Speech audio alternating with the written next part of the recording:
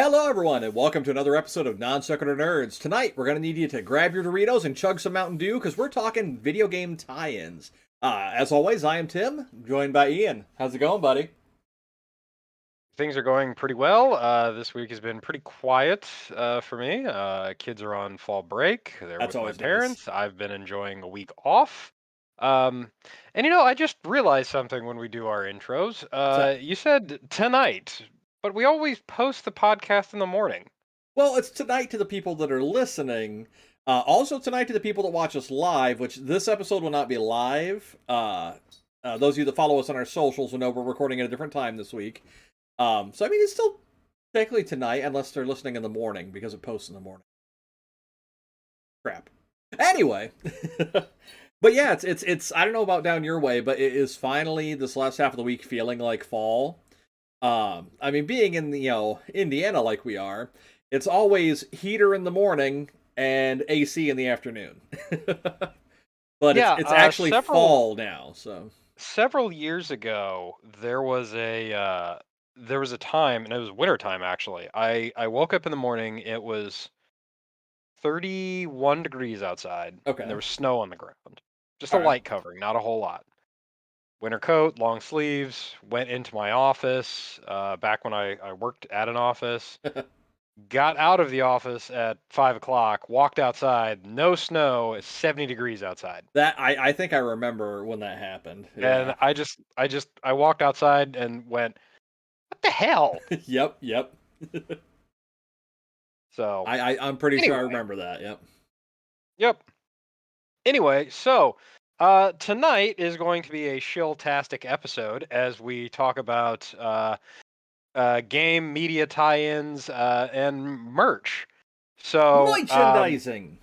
merchandising, which by the way, apparently Hulu is going to be producing a History of the World Part 2 TV I series based saw I on saw that. Yeah, they're Mel actually Brooks's movie that well. Brooks is actually also executive producing and I believe writing for. Yes. Well, I mean, because the first one is History of the World Part One, Right. but And there it's a was it's a running it's a running gag in almost all of Mel Brooks's stuff that he always references a sequel that he has no intention of yeah, making. like That's why in Spaceballs. Spaceballs he mentions, Spaceballs 2, The Search for More Money. Yep. There's I mean, no he'd get a lot of Spaceballs. money off of it.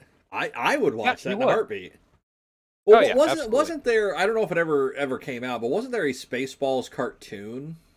There was actually. It Okay. was like flash animated, Yeah, yeah, yeah, yeah. wasn't any of the original voice cast. Was so dumb, but kind of entertaining. It's a thing that exists. So. Yeah. So merch, hardware, things like that. Yeah, exactly. One of the things that I figure since it's right off the top of mind is last night, as of the time of this recording, anyway. Razer finally released their Project Zephyr, which Yep. is their electronic RGB N95 Rebreather. rebreather mask. Yeah, it I has mean, N95 filters and everything. Like they look stupid cool. yeah, they really do. And they're actually retail pretty cheap, like only Well, $100. like you and I were talking about that, and like you and I were expecting like 200, $300 at least. And then when I saw it was only 100, I'm like, well, one, like, don't get me wrong, Razer, I love your products. Like all of my Ian can attest to this. All of my stuff is all Razer stuff. I think they make good products. But their products are generally a little higher price because you are getting, you're getting a good product. So when the mask came out and it was only 100, I was genuinely surprised by that. I figured, like I said, a minimum, bare minimum, I was expecting 150, but was anticipating over 200. So for it to come out at 99, I was shocked. But they launched when I was asleep, so I'm like, I know I'm not going to get one on this first wave. And you actually had told me the website was just it was a shit show. Yeah, I set an alarm because I was like, yeah, I'll give it a shot. So I popped onto Razor's website about 10 minutes early. Was just kind of messing around. I hit the refresh button about 3 to 5 minutes before the official launch time, and I saw it said buy now. So I went, oh, well, I guess maybe their web server's a little fast or something. So I went ahead and clicked on it, got it added to my cart, started putting in my information, hit the button to like proceed to payment, and then like the thing just collapsed on Oh itself. God. Like their website just it was constantly like 404s Oh. or like it wouldn't load the JavaScript or that kind of stuff. Like so elements would be missing on the pages and like it eventually like I don't know, maybe they realized something happened, so that I think they like dumped everyone's carts because I hit refresh at one point and like it just threw everything out, like it removed it from my cart. Yeah.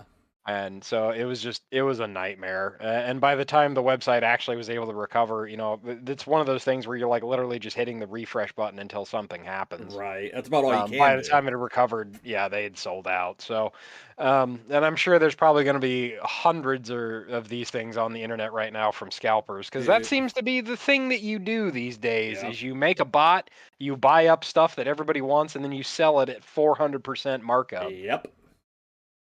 So, speaking of 400% markup, yeah. Yeah. Speaking of 400% markup, something else that just came out recently, which was a fantastic gag made real, is but a cool one. Admittedly, like it's a neat idea, I think. right. So as Tim and I have oft joked about on this show, the PlayStation 5 looks like a George Foreman grill. The Xbox Series X looks like a mini fridge. Well, Xbox heard that. Microsoft heard that feedback, and they made an Xbox mini fridge, Yep. which came out earlier this week. Yep. Of course, again, they instantaneously sold out in pre-orders. I believe they said 15 minutes was the sellout I time. think so. The 10 to 15 minutes. Yep. Yeah, but I mean, it's literally just it's a mini fridge that looks like an Xbox Series X. It holds 12 cans of soda, and I think it's kind of neat in reality. Right? Like Yeah, it's a neat I would thing. get one. Like Yeah. I would get one and like stick it in the corner of my office, and Right? just so I could have like cold beer or something nearby. Well, it's like you and I said. That'd be a fun thing to have down here in my my office, you know? Yeah, it's a fun neat toy. But I shouldn't even say toy, but it's practical. it's a practical thing. Yeah, you can it's a novelty mini fridge, but it's a fully functional mini fridge.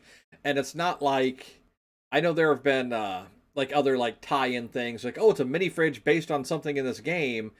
And it's like the cheapest mini fridge you can find. These are a legitimate mini fridge. And we were actually talking before the show. We saw one listed online for over $1,500. So, so yeah, thank you, scalpers. But like Uh, game time, like there's always been like any of these novelty type products. For me, they're hit or miss. They're either like the coolest thing ever, and I have to have it, or it's like who in the marketing department came up with this? Who signed off on the check for this? You know? yeah, I mean, there's always, like you said, there's always been kind of like those fun tie-ins and novelty type things, and there's not just like one media tying into another media, like video games based on movies or movies based on video games or things like that. Right.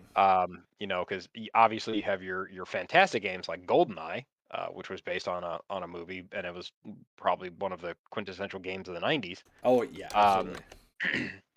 but there's obviously merch. I mean, entire businesses popped up based upon like merching stuff. Oh god, I absolutely. mean, look at GameStop and ThinkGeek, which, by the way, I Ugh. went to the mall the other day, and the ThinkGeek at my mall is officially gone. Okay, I think they're closing a lot of ThinkGeeks because there was one at the mall closest to me.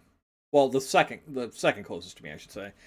They also closed, which like as somebody who worked at GameStop, I'm saddened but not surprised because it seems like every time they buy something big like this, they ride that horse for all it's worth, beat it after it's dead, and then go, "We're bored with this. What else is there?" I mean, Yeah, and ThinkGeek started as a really cool, like again, oh yeah, merch store. I absolutely. mean, online merch store. You could buy stuff and whatnot, and then they got picked up by GameStop, and then, like you said, just kind of run into the ground. And I Like, think part of it was just like the pandemic really kind of screwed their yeah, retail space, and yeah. after things started opening back up and I was able to go back to the mall, every time I'd pop by the ThinkGeek, there was less and less stuff. Like they Yeah. started removing like displays in the center of the store. Like they still had the stuff on the walls, but Right. like slowly the stuff on empty space just kept growing. And Yeah, which is really you sad. yeah, I mean you could read the writing on the wall there, Yeah, but you know absolutely. yeah. So I mean, it seems like ThinkGeek itself is likely probably just going to get folded. The brand is just folded in under GameStop. It's Um, seeming like it. Like it's ThinkGeek, a GameStop brand. yeah, and in all actuality, they're probably going to stop being ThinkGeek itself and probably just wind up being like GameStop merch or something. Yeah. Well, I mean, because like it used to be back when ThinkGeek was its own website, like there were like ThinkGeek exclusive things that, I mean, it's an exclusive. You couldn't get it anywhere else, and they were legitimately good. And then like the first short while after GameStop fully owned them, ThinkGeek was still getting some decent exclusives.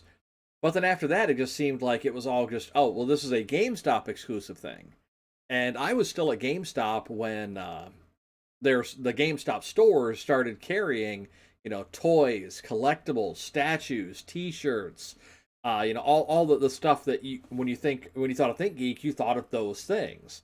Um, so I'm wondering if it's less GameStop wanted to have ownership of ThinkGeek and more that they wanted their buying partner or they wanted their buying power and their existing partnerships and their existing knowledge.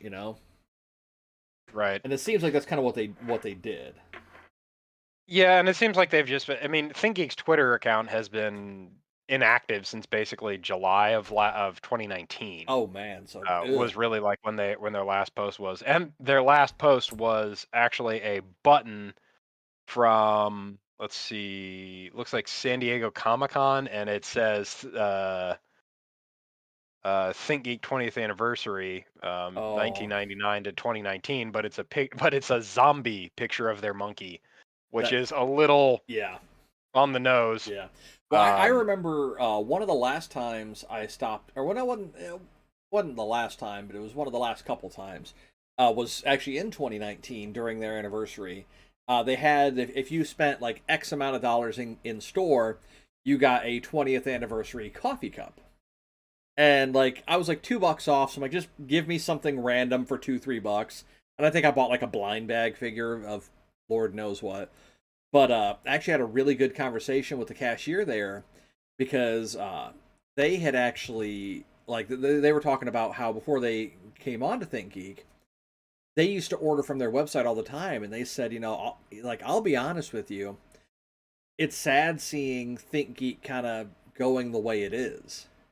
I'm like, well, what do you mean? She said, well, when they were independent, it seemed like they had a lot more stuff. And they said, now the stuff that we carry, yeah, we have a few exclusives, but 90% of the stuff we stock, you can find anywhere else that carries this kind of stuff.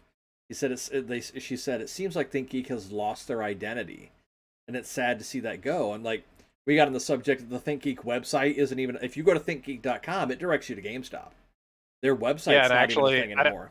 and you may have to check this for me as well. It might be because I'm behind a VPN, but I tried to go to GameStop.com and it's giving me an access denied. It So does that to me sometimes on a VPN. I don't know why. GameStop is just they've full, never been good on the tech front. I'll be honest. which is kind of sad. Well, But funny story. The GameStop closest to me, the manager there, like he knew me back when I was still with the company. We still you shoot the shit, talk shop and whatnot. And he said, "Hey, odd question. Would you be interested in working for me seasonal?" And I'm like, "Well, I'd have to think about it, but it'd have to be just weekends because I work at a factory. I'm not going to be here late at night and then get up at 4 a.m." To go, no, factory's great. And he said it'll be really easy for you to learn because we haven't updated the register system. I'm like, "Since when?" He goes, "Since the last update." I said, "When was that?" And he goes, "Oh, about 3 years before you left." And I've been gone for 3 years since then. So like they haven't made any changes to their register system in at least 6 years. Yeah, but a lot of those POS systems, which by the way are point of sale, not Yeah. piece of shit, No, which no, most of them I are a piece used of it. shit. It is a piece of shit. It Yeah, it most of those POS systems are ancient and don't really get updated. yeah. Well, like One, I it's expensive to yeah. do, and two, most people have to customize the POS to their own needs unless it's something that's made in Motion house. detected at the front door. Dun dun dun. Tim's getting robbed. I mean, but well, like here's the thing. Like even some of the like bugs and glitches that make stuff impossible to do from 6 years ago is still there. So it's not that they haven't updated it; they haven't even patched it. Right. But But anyway, yeah, so kind of getting back to the merch and tie-in yeah, standpoint. I mean, obviously one of the major ones that you can think of is like pop vinyls. Like they have a yeah. pop vinyl Oh, for damn near everything these dude, days. seriously. I'm pretty sure I could find a vinyl for Nanny. Well, Um, okay, there is. It's pretty rare. I don't know if you can find it. I've never seen one in person. There is a make your own pop, where it is literally a blank white like standard body pop. And like huh. so yeah. Like I've seen pictures of them online, so I don't 100% know if it's a real thing. But I've seen I mean it may just be that somebody on Etsy took a pop, spray painted it with white primer and went, "Here you go." So who knows. Fair But enough. I mean, no. it looks like pop actually allows you to make your own on their Oh, website. that's I may have to look into that. Um but yeah, no, pop figures like same thing. Those when those first came out, only a few places carried them and they were like super collectible. But now, I kid you not, you can literally walk into a 7-Eleven and there are 7-Eleven exclusive pop figures. I Yeah, mean like a gas station. everybody's got an exclusive. Yeah. You know, Hot Topic, GameStop, Let's see, Spencer's, Target, Walmart, Target. Yeah. That was weird. Yeah, We exactly. both said Target at the same time. But no, um, like any place that carries it has some exclusive figures. They may not always get like if Walmart gets an exclusive of figure A, Target may not get their own exclusive of figure A, but they may get other figures that they have an exclusive variant of that somebody else doesn't. Or every retailer may have their own exclusive, which kind of defeats the purpose. Unless there's a specific design you're looking for. But I mean, there right, like I've beyond the got some. pops. I mean, there's jumbo pops, there's mini pops, there's pop keychains, pop sockets, pop pins. I mean, like, there's no end to it, and it's gone from being.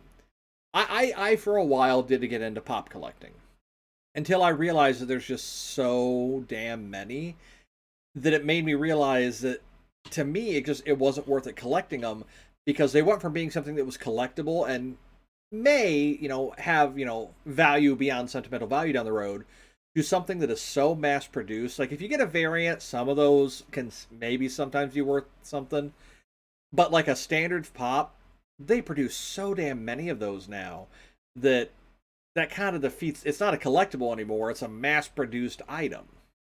When I think collectible, I think, okay, they only made X number of them, and it's a minuscule number compared to the amount of people that want them. But I mean, there's still, you can walk into most places and find pops that came out, a year or two ago. And they're still selling them for the normal, like 10, $12 usually.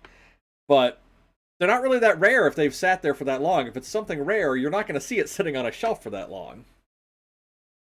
Yeah, and I've got several pops. When I say several, I mean like I don't know.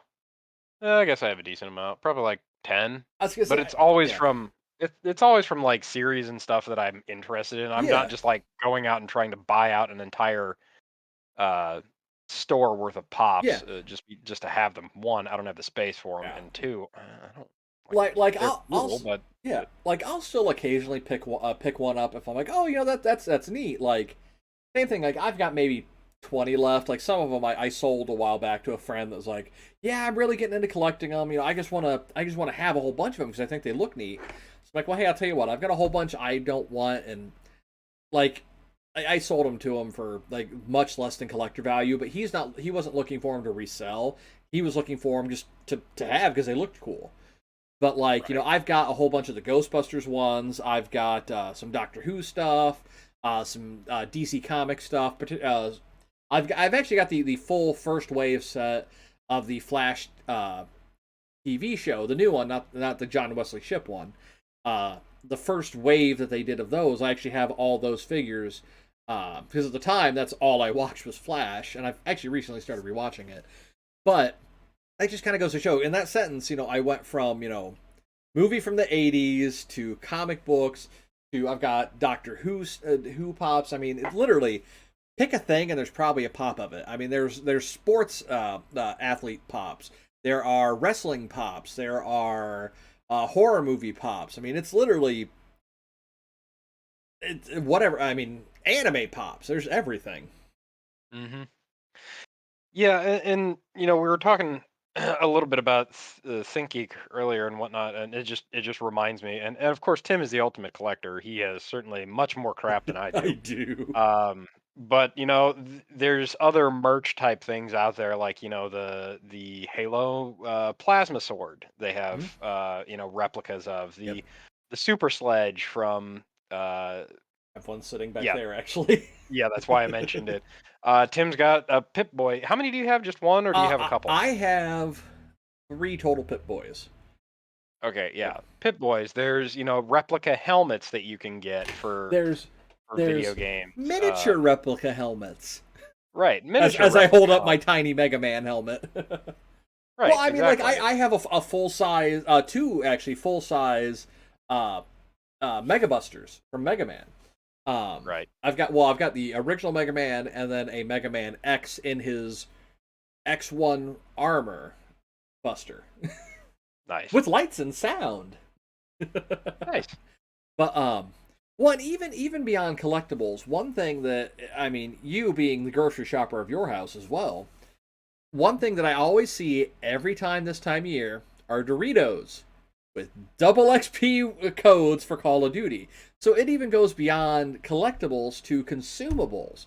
Like I remember, it's pretty much every time a new Halo game comes out, they have a tie-in which with which drink, Ian? Mountain Dew. Matt and Day. I mean, to be fair, Yes. like every time a new Halo comes up, I will usually pick up a couple things of uh do they still call it gamer fuel since G Fuel is a thing now? No, they still call it like Is Mountain Dew Game Fuel. okay. I wasn't sure if they still did, but like I remember when the last Halo came out, I was still at GameStop. Again, I keep going back to that. And during our midnight launch of it, all of us that were working, we closed down like an hour or two after closing time to get prepped and set up. But it took us 5 minutes, so we're like, let's go to Walmart and do a soda run. So we literally went over and just bought like cases and cases of game fuel. And we just sat there chugging those all night. And then we're like, all right, well, we got this many cases. This many of us were working. Each of us gets this many codes for whatever it was they had on it. And we just all split it up. It was a good time. I do. I will say that I did find it ironic back then, and it just popped back into my mind that you and I went to the midnight launch of Halo 2 Yeah, at yeah, we GameStop. did. Actually, I think it was at EB Games, technically. Was it still on EB Games at that point?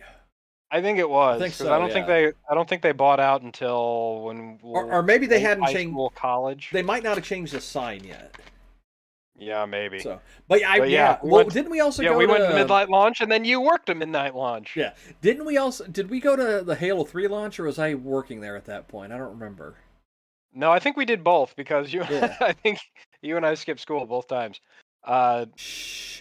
Well, then I think it was ODST. You came to my launch, I think, while I was working. Or I think no, it was Brandon. Brandon came to launch because I pretty yeah, I much was spent gonna the whole say 'cause night hanging I out with him yeah because while I I was supposed to be never I working. actually never owned like a full standalone copy of ODST. Really? I thought. Oh, you I bought it only with ever got ODST with. the 3 and ODST 2 pack, right?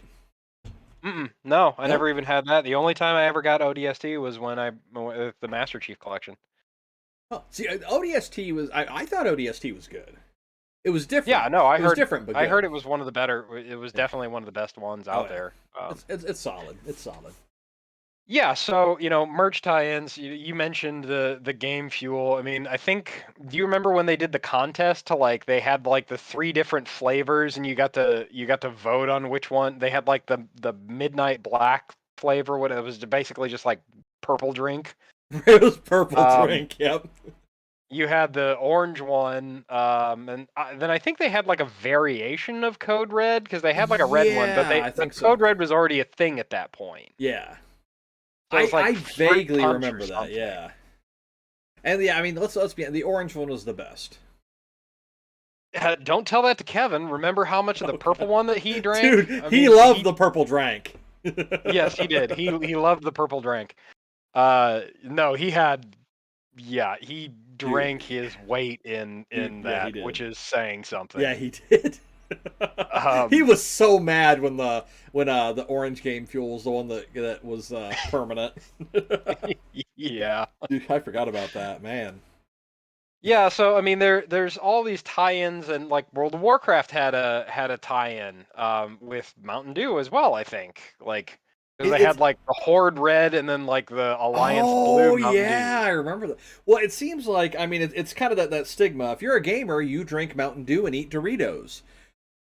Well, I mean, obviously the marketing for that works because that's typically like I will see like cereal boxes, like when I don't remember what cereal it was, but it was when an Xbox One X, win a PS5 for Yeah. cereal. But like typically, like if it's for a specific game, it's always Mountain Dew and Doritos or Taco Bell Which But I mean, again, Taco Bell's kind of it's gamer food. Let's be honest, and it's right, I mean yeah, it's for everybody. yeah. Well, I mean it's such a meme and a stigma about gamers that like I mean, remember the whole Diva thing when it came when like the meme of Diva eating Doritos and drinking Mountain Dew that Yep. they then made canon in their one of their shorts. The Blizzard official animated shorts from Overwatch. They did one with Diva, and she's very. It's not branded as Right. those for obvious reasons, but she's very much shown as drinking soda and eating cheese flavored triangular Korean chips. Yep. Yep. So again, it's these game companies that are kind of leaning into and embracing that meme Yep. culture. Did you ever try the Mountain Dew flavored Doritos? Or was it Dorito flavored Mountain Dew? I think it was Yeah. Mountain Dew flavored Doritos. Ugh, that just I like sounds yeah, like awful. I didn't try them. Like I wanted to just out of morbid curiosity, but it sounds terrible even thinking about how that must taste or not taste. Ugh. And for those of you listening and watching, Tim and I used to drink the crap out of like Mountain Yeah. Dew when we were younger. Like that's basically what we subsisted on was like Mountain Dew bloody Code Red or Fake or Fago. or Fago. Yes, Yep. Fago because They make Mountain the Dew is best what red we pop, fight me. Mountain Dew is what we would buy when we had money. Fago is what we'd buy if we didn't have No, money. Fago's what our parents would buy when we didn't have money. Correct. But no, like So yeah, seriously though, no, Fago makes the best red pop. I fight me on this. I haven't had it in years. I I, really don't drink a whole lot of soda these days, and that's the thing. Is yeah, like I typically even don't thinking about as I'm drinking drinking a Mountain soda. Dew. Yeah, even thinking about drinking like Mountain Dew or Code Red, just like it hurts my teeth. Like Right. I get this sensation in the back of my mouth as if like my teeth are going to rot out of my head just by thinking about it. Welcome to old age, folks. Right. Like Mountain Dew, like I've got to be in a very particular kind of mood to want a Mountain Dew, or like sometimes at work, some vendor will butter us up and go, "Hey, we're buying your plant pizza and pop." Like, okay, well, there's literally nothing else to drink, so I guess I'll have a Mountain Dew. Um, but like apart from that, like anymore, like I drink more water than anything else. Every so like usually, once a week, on payday, I'll get something to eat, on the way home, grab a pop, and you know, call it good. But apart from that, yeah, it's water or sugar-free pop anymore. Oh, Which you it don't does see a lot help. of product tie-ins for sugar-free pop. No, no, you really don't. God bless that aspartame, though. Right? Um, yeah, so consume. We talked about consumables and stuff like that, and like the tie-ins, like the Call of Duty double XP codes. Yep.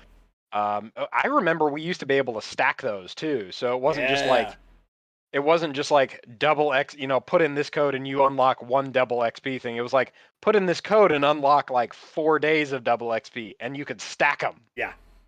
So you could have like an entire year of double XP, which is a With enough lot of pop ambition. drink. Yeah. Right. But I mean, back in the day, again, you know. again, even like the World of Warcraft ones, you put in the codes and you would get like in-game items and stuff. I know my character in World of Warcraft, I haven't played it in a long time, but I had both versions of the Rock'em Sock'em robots from Oh the God, Mountain Dew did you? tie-in. Oh my Yeah, so God. it was just a little pet that followed you around, but it was a Rock'em Sock'em robot, and if you ran into someone with the opposite pet and stood there, they would fight. Oh, that's awesome. That's awesome. I forgot about that. Yep. Um, but there's also other tie-ins, and you probably call them collaborations, I guess, Yeah, collabs. yeah. Well, like Like, I know, like one of the games you and I play a lot, Fantasy Star. Fantasy Star 2, not New Genesis. 2 had a lot of collaborations, a lot of which never came to the States, sadly. I'm still waiting on my Evangelion tie-in to come to Global Sega. I want my plug suit. Um, but like yeah, like as game. opposed to your GIMP suit. I mean, I'm pretty sure I have enough accessory pieces to make something like that, but I'm not gonna. The safe word is banana. My safe words, I'm coming. Well, this show just got NSFW. But no, yeah, game tie-ins are always a really interesting thing because like Ubisoft does a lot of like cross tie-ins with their own games, which okay, that makes sense. They're all the same company. But then like Genshin Impact not too long ago had a tie-in with Horizon, a PlayStation studio game, which was kind of odd. That I mean, granted, it was around the time that Horizon was coming to PC, so okay, maybe drive awareness around the character, but then you get some that are just out there. Like, how did these two? Well, I mean, yes, I know money was probably a big part of it, Ian, but That's what it's about. like, who are they market? Like, okay, one that was weird but ended up being really good was the Mario Rabbids game. That was actually a pretty solid strategy game. But God, I'm trying to think of like just I know there's been weird ones, but of course I can't think of any of them because I haven't thought of them in forever. You got any off the top of your head that just are matches made in the depths of hell? Trying to think. You're trying to Google. I mean, I am googling, but I'm also thinking. No, I was already on it, and I was like scrolling through Razer's like collaboration section, which is less two games coming together and more of a company, shilling for another company by putting like stickers and silk screening on their stuff. So they've got like Pokemon, they've got Right. Star Wars, they've got Overwatch, uh, Doraemon. They've got a Genshin Impact chair if you want one of those. Like, okay, who are they marketing that? I mean, okay, maybe like Genshin Impact fans, but it just I don't know, just seems odd. There's a weeb for everything, dude. That's You know that. that's true. And even better or worse, the Genshin Impact chair is also marketed with Paimon on a mouse pad, which So I can yell at my mouse pad to shut up. right, which shut up, Paimon. Seriously. Um, Like okay, like I was doing a quick Google search. Worst product placements in game history. Like the first thing that popped up was, do you remember for the Super Nintendo, the 7-Up Cool Spot game? yes. Okay, that was a good game. God. I don't know why that's on the list of worst product placement. Yes, it was entirely designed to sell 7-Up, but that was actually a solid platformer. Like I enjoyed Fair. the crap out of it. Like I'm looking through here. Oh, okay, here's another one. Do you remember the Burger King Xbox games? You could get for buying, I think it was a Whopper. Yep. Let's see, Sneak King, Pocket Bike Racer, and Big Bumpin'. Sneak King was actually a solid stealth game. Short, but solid. Man, I had completely forgotten about that. Let's see. Gucci Tennis Smash. I'm sorry, what? You heard me. Gucci Gucci? Tennis Smash. Like the clothing company. Gucci. Yes. Yes. A tennis game. Well, I mean, Crap. there's another one, Oh. Louis Vuitton League of Legends skins. Who are they making this for? Rich people with more money than brains. Let's see, we got Nintendo 64 Nikes. Okay, admittedly, like I've seen like some Those look custom, kind of cool. yeah, some custom like video game Nikes. Those are pretty cool. Okay, Oh, another. Go ahead. here's one for your wife. Uh oh. Mark Jacobs Animal Crossing skin or clothing. I don't know what a Marc Jacobs is, Ian. I know. Oh, My assumption I'm is sure that she does. she might, but it. Okay, here's another, and again, this is another solid game that I remember having a lot of fun with. Also for the Super Nintendo, Chester Cheetah Too Cool to Fool. Do you remember that one? I actually own that and the 7-Up Spot game. No? Nice. Yeah. Let's see, what else is there? Mountain Dew Xbox, KFC PS4. You're a generation behind. Oh, you know what? We didn't even mention the KFC console, did we? Yeah, Oh my that god. I that like I thought that was just like a joke like that they put it. No, it's a real thing. I'm going to see if I can let's see. What is it actually called? It's just called the KFC console. Well, I mean, admittedly, their KFC has been involved in weirder stuff, like the Mario Lopez Colonel Sanders Okay, movie, I think you showed me that. Lifetime movie. Yes. Okay, so fun fact: Colonel Sanders is actually canon and exists in the DC comics, and I don't mean as a mascot. I mean he's an actual character canonically in DC comics. Interesting. But talking about the KFC console, it is the first console with a built-in chicken chamber. Um, let's see, what does it have in it? I'm trying to see if it actually shows the specs of it. Let's see, it's VR ready, supports ray tracing, supports up to 240 frames per second on 240 hertz output, and supports 4K. So I mean, it's a PC that keeps your chicken warm. Oh, here's a fun one for you. Death Stranding, an acronym, which I believe is a clothing company. So you too can walk around. That's it. I never played Walking Simulator. Um, like I've heard good things about it, but it's been one of those that I could probably go my entire life without playing it, and I'm pretty sure I'd be okay with that. You mean Norman Reedus and the Reedus fetus? The Reedus fetus. I mean, dude, okay. Like the collector's edition of that. I mean, if we're going back to collectibles, had a miniature. Like I think they just call it Baby. I think. I But don't it know. had a miniature, Reedus fetus in it.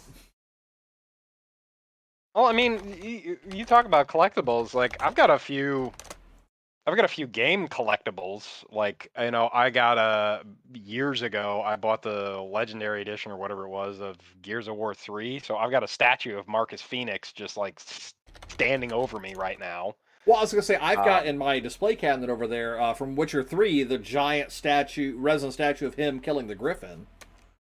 Yeah, I've got also one from Halo Reach. I've got Noble Yep, Team sitting over yep. underneath my TV. Mine is Um, also underneath my TV actually.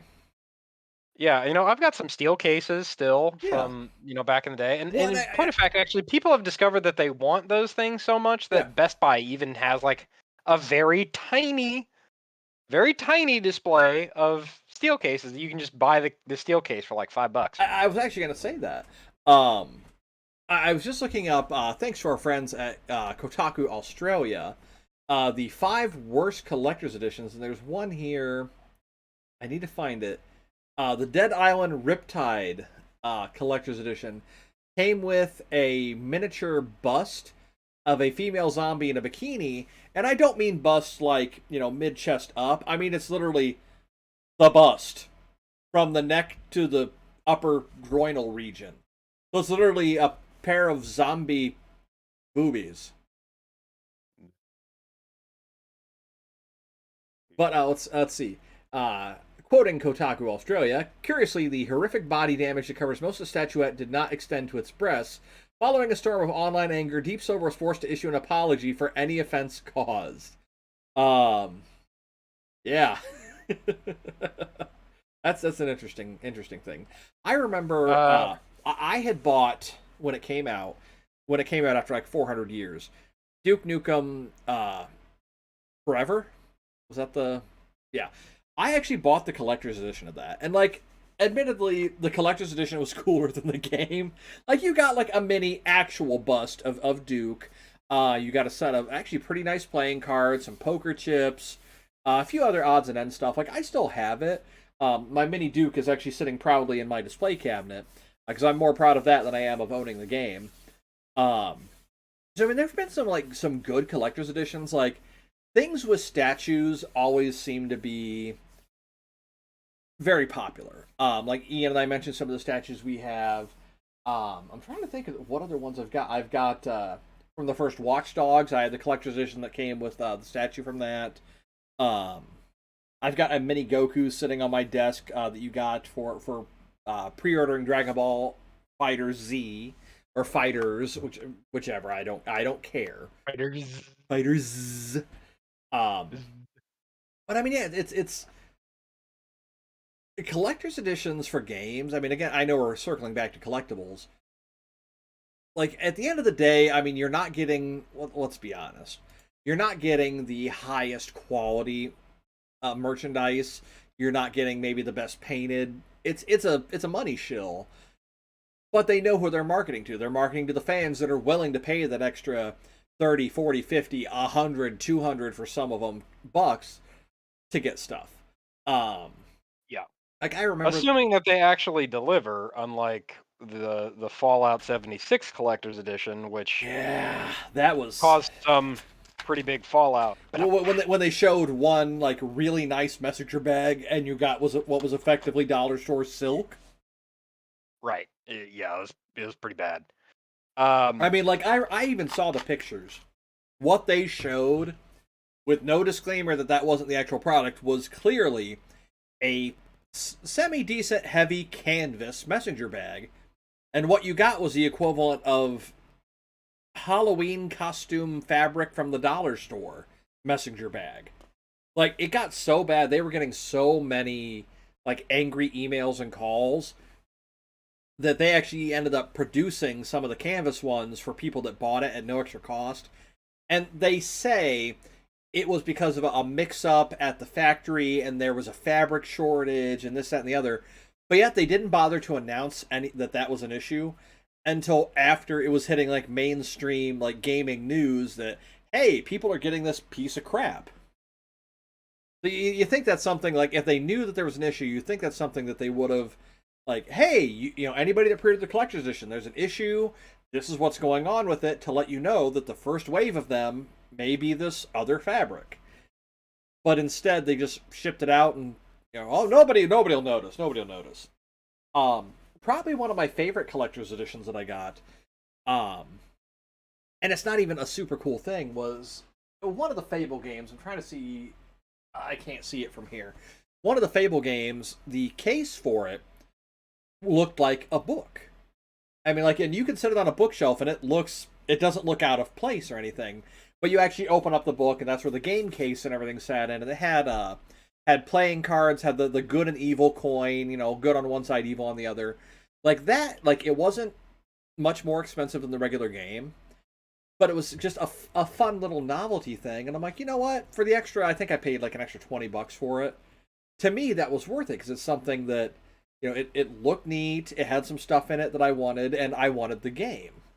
I mean that one wasn't bad. So I mean, like, do you have like a favorite game collector's edition that you've ever bought? Making you think now. Yeah, I never really got into a whole lot of the collector's edition Okay. purchasing kind of stuff. So, I did a few of them, but a lot of the really good ones came out when I was a poor college student. So Yeah. it's like, well, I could get the collector's edition, but I won't be able to eat for the rest of the week. So, Yeah. Um, yeah, I don't know that I have a particular one. I mean, nowadays a lot of like collector's editions or epic editions or whatever you want to call them are more like in-game content stuff. Yeah, yeah. Like you buy the collector's edition, you get like all of this in these in-game items and stuff like that, which I guess appeals to some people. Yeah, I mean, Um, like extra fluff for your game is never really a bad thing, in my opinion. right. But the only thing is like that game isn't guaranteed to be around forever. You're not guaranteed to play it forever, so Right. you're kind of paying for an in the moment thing. At least with like the statues and things like that, you have they're around for as long as you keep them. Right. Um, so yeah. There was one the Marvel versus Capcom Infinite. Yeah, Infinite's the newest one.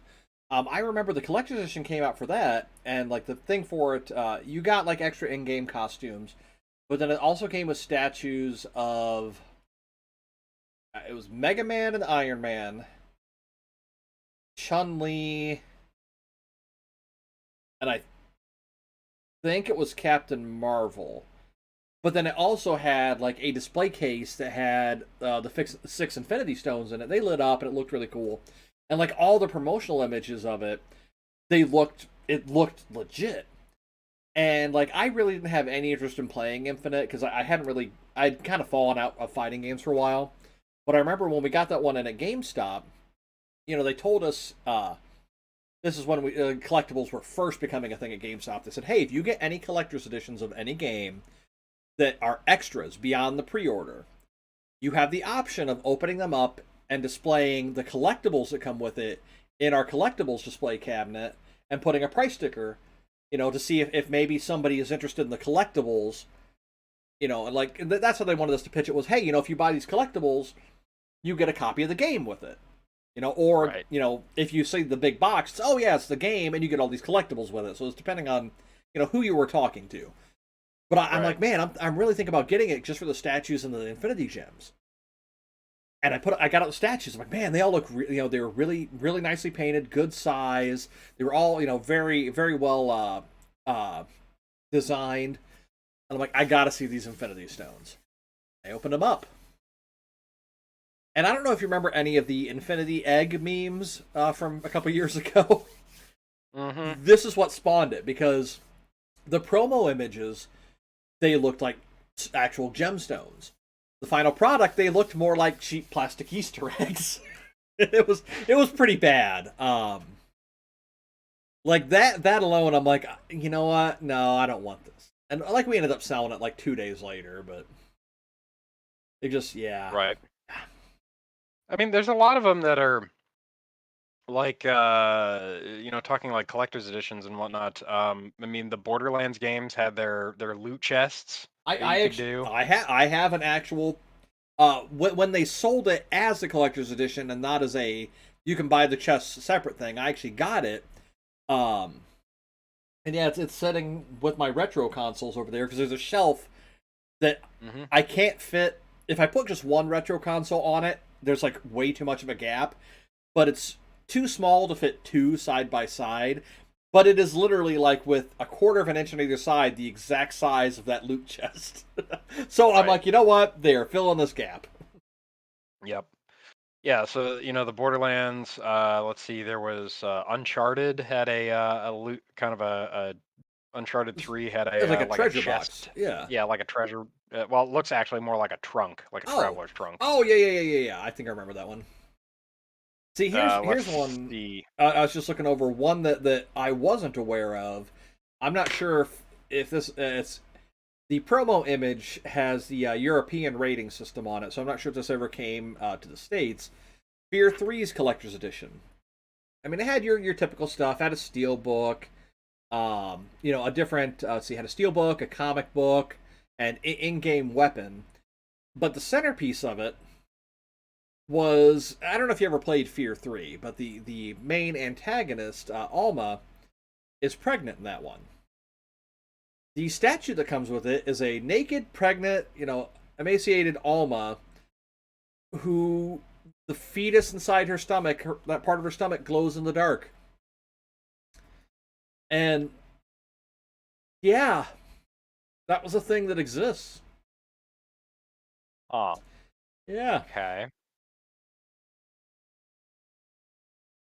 Well, that's Like I'm looking at it and I'm like, that's like I know that was like a central part of the story of Fear 3, but that just seems like an odd choice. Like well, maybe you could have put the zombie bust. protagonist. Well, okay, yeah. I mean, yeah, zombie boobies. Yeah, I don't know. So beyond just collector's editions and stuff like that, there's also, we talked briefly about like some of the toy tie-ins and whatnot. I mean, look at like Lego and Nerf, like Dude, yeah. how many different collaborations are going on there. Well, I mean, well, a case of Or I mean, I guess Mega Bloks has like the Halo stuff, yeah. but who the hell buys Mega Bloks? Well, I mean, Um, a case in point. I mean, one of Lego's biggest video game tie-ins right now are the Super Mario Lego sets, which are doing phenomenally well for them. My son, I actually just got him for his birthday the Lego Luigi starter set because he said from right. day one of getting his Mario set, he goes, "This is really cool. I really love it. I wish they had a Luigi to go with him." And then they announced it earlier this year, like, hey, this is coming out. It's a thing that's going to exist. The day Amazon had them available for pre-order, I put it in there because I'm like, there's part of his birthday shopping done right there. He got it, and like, we didn't mention anything about it. Anytime like we would be at the store and he wanted to go through the Legos, we'd find some reason to not go down there, um, in case there were any kind of advertisements or anything like that. He like we're hoping he doesn't know that it's a thing that exists. No, he's known it's a thing that exists for months now. Um, because he saw it on YouTube, and I'm like, dang it. Yeah, it's kind of hard to hide that kind of Yeah, so I stuff. mean, he was So excited that he got it, but not excited because he didn't know it was a thing. So I mean, it kind of killed the majesty a little bit, but he was still super excited to get it. right. I wonder if they're gonna. I mean, I'm assuming considering how popular they are, they'll continue to expand like the base and the characters in them. Maybe maybe unlike Smash, they'll actually get a Waluigi. Um, Dude, okay, like, oh, Sora was the most requested fighter. By who? Because all I ever saw was people saying, Waluigi, we know he's a support trophy, make him playable. Literally every other character, main character in the Mario Pantheon is playable. Why is he not? oh, I mean, Bowsette isn't technically playable. Well, you can make a Mii fighter of her. Okay, by that same logic, you could make a Waluigi. Shut up. Every canon mainline character, Ian. I mean, having played as Sora in Smash, I will say he's actually a pretty fun character to play as. Like, the big issue I have with this newest Smash is like, okay, a guest fighter or two that have some loose tie-in to Nintendo, okay. But like when I think Kingdom Hearts, Nintendo is not the first or even second, console system that comes to mind. Like, yes, there have been Kingdom Heart games on like the handhelds, but like I don't think Nintendo when I think Kingdom Hearts. Like Metal Gear. Okay, Nintendo, PlayStation is the first thing that pops up when I think Metal Gear. Nintendo is the second because the original Metal Gear was on NES. So Right. like for Snake that makes sense. Um, but just Well, I mean, what about Cloud and Sephiroth then? There was no. I mean, like Seven seven, has yeah, seven. Well, I think that one's ironically funny because seven was originally supposed to be a Super Nintendo game, right, but or also N64, N64, excuse me. the only time Seven has been on a Nintendo console was when they put it on the digital store for the Switch. Yep. Um, Or also in the handheld Kingdom Hearts games. right. Well, actually, and I Maybe that's it right there. Maybe that that's it. well, they also announced that shortly after the Sora's announcement that I think the Kingdom Hearts 3 is going to get a Switch edition. Apparently it's all of them, but they're going to be doing them as like digital cloud games because they can't fit on a cartridge, and they don't want people to be required to go out and buy a memory card just for Kingdom Hearts. So it's going to Yeah. be, you're still going to own the game, but it's going to be streamed, which is In the States, is kind of weird for the Switch. In Japan, though, there's actually quite a few games for the Switch that are what are called it's such and such cloud version. Fantasy Star actually is one. New Genesis is on the Switch in Japan, and it streams from their servers directly to the console. You don't have to download anything other than the launcher client. Which, I mean, for a game like that, I mean, that'd be kind of neat to play on a handheld. But at the same time, unless you have a portable hotspot, you're pretty much going to be playing in your home. So I guess if you don't own any of the other consoles that that particular game is on, or a PC in your home, maybe that'd be a kind of cool idea. But for something like Kingdom Hearts, where you don't need an internet connection, well, you do because it's cloud based. So that's Right. still something that you would still have to be in your home or have some form of hotspot. So I don't know. Like, I know we're getting way off topic here, but cloud gaming from your home is a cool idea, I think.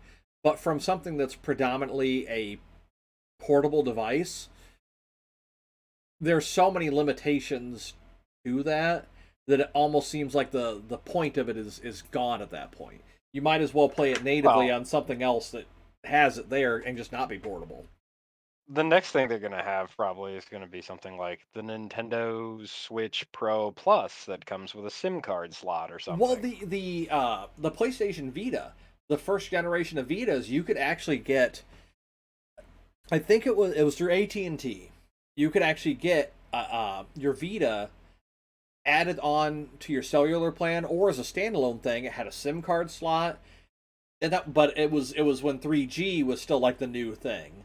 4G had like barely started rolling out. Now we're up to 5G, but like for something like that, they had a dedicated form of wireless communication. Cool, but for the Switch that is 100% reliant on a Wi-Fi connection, again, you either have a hotspot for cloud gaming or nothing. But anyway, I digress. We're getting way off topic here. I need to find my Vita again. I've been wanting to play that thing lately. It had a lot of really good RPGs. All right, the Vita was pretty much my handheld RPG system. That's all I used it for. I'm not saying anything. I was just again, I never got into the Vita. Never was, you You know, didn't even have a PSP. no, nope. It was basically the only handheld that I've ever owned is Nintendo. I mean, But they know what they're doing. right, they've done so well with handhelds. They made their mainline console one. Anyway, Oh, so yeah, so collect. see, going back to our collectibles, I was kind of scrolling through one of the lists again. There was one collectible, a game collector's edition that was so rare they literally only made one of this. And this is via Game Ranks. It is the Saints Row 5, the Super Dangerous Wad Wad Edition, aka the $1,000,000 pack. Let's see. It says we're sure you're all familiar with Saints Row. It is a similar franchise to Grand Theft Auto series, but a bit over the top in comparison. Naturally, the collector's edition was the same when it came to the release of Saints Row 4. This is an edition that, again, we're sure you're all familiar with. It's called the Super Dangerous Wad Wad Edition, which would set players back $1,000,000. It was limited to one, and it came with a wide range of perks, such as first-class flights to Washington, D.C., an actual Lamborghini, spy training, uh, to even plastic surgery. As far as we can tell, no one bought it. Let's see. According to the promo art, you get you do get the Commander in Chief edition of the game, so that's good. A Virgin Oh, Galactic spaceflight, full size replica dubstep gun, hostage rescue experience, spy training day, plastic surgery, a personal shopper, capsule wardrobe, 7 nights at the Top Royale suite at the Burj Al Arab, Dubai, a week for two at the Jefferson Hotel in Washington, D.C., first class flights to D.C. and Dubai, a Lamborghini Gallardo, a new Toyota Prius plus 1 year of insurance, and a year supercar membership. So I mean, that was $1,000,000 to get that. Like, what the literal crap? some people. Well, as far as I can tell, nobody actually bought that. But like, I'd be curious what the actual value of all that was, and if they thought anybody would actually buy it. I mean, people have bought dumber things. Well, Again, goes yeah, back to our meme conversation about people buying NFTs for millions of dollars. yeah, yeah. Uh, This is true. This is ish. true. Like, I mean, I suppose Anyway, if you've got like unlimited disposable income and no life, cool. I mean, I guess. yeah, I don't Yeah. I'll say. know. Anyway, See, I know Tim's dying. we've talked about like we've talked about a lot of bad collector's editions, but I know one that I don't remember if you had it. I know I actually still have it. The Halo 3 collector's edition that came with I think it was like a 90% scale Master Chief helmet. I didn't have that one. I No, wanted it, but I didn't have it. right. Well, I say I know you've seen mine because I remember you drooling over it, um, And on it, and on it and in it. and in it. I'm hoping that was Yep. drool. Anyway, but no, like that one, like it wasn't like super over the top. It was literally just the helmet on a stand, and the stand, if you took the helmet off, doubled as storage for your game cases. So it was very simple, but it was something that people wanted, and they didn't have to go over the top. And it wasn't. I think it was maybe I want to say 100, maybe 150. So $50 to $100 more in the regular game.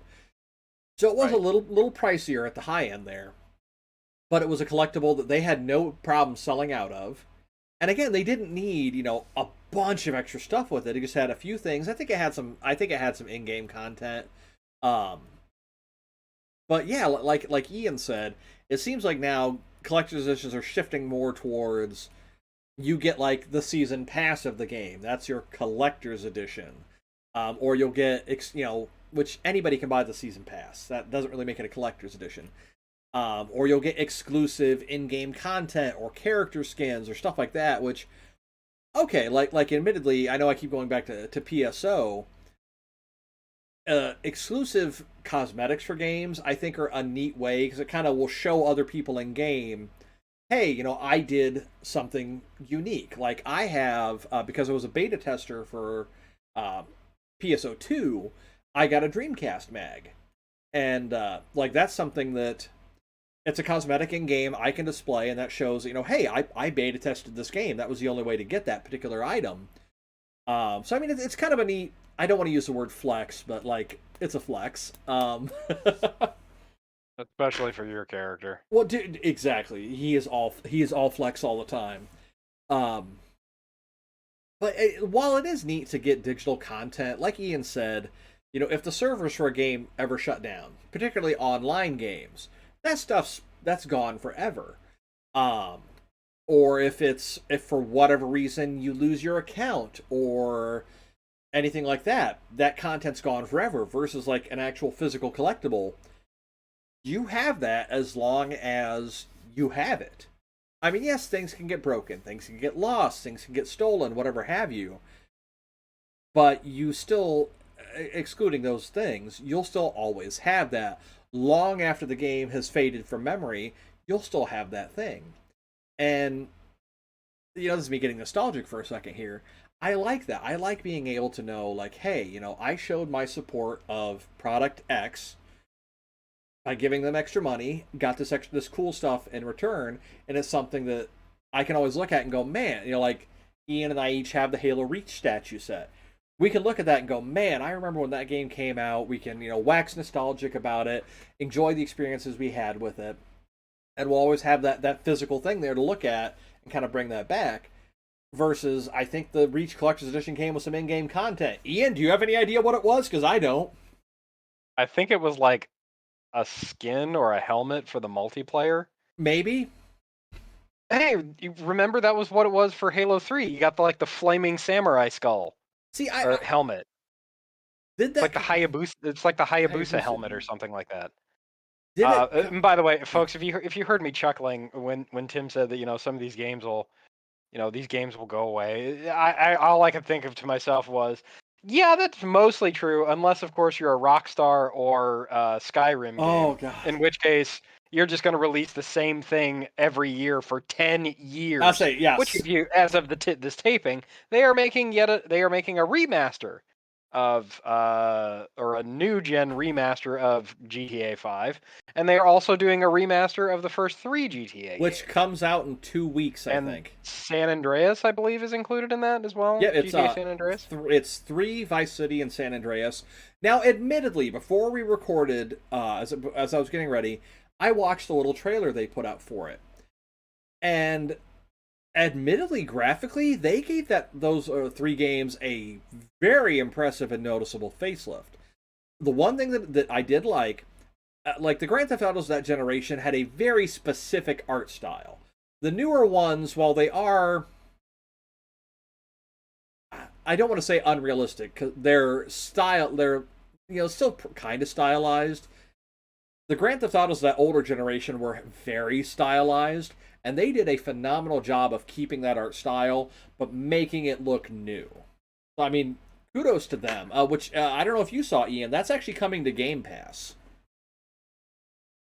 Nice. I will have Yeah, to look into that because that I know. trilogy was something like I played all 3 of those when they were new. I didn't really have a huge sense of nostalgia for them enough to spend $60 on them again. But not having to pay for it on Game Pass, I may very well download it and play through them again. Yeah, I never got into San Andreas myself. It Yeah. just it came out beyond my time with that series. Vice City I play the crap out We'll of. do Same with like GTA 3. yeah, Vice City. I think I like the most just because I like that '80s aesthetic. That and the main character actually spoke in that. Right. So That is uh very true. yeah.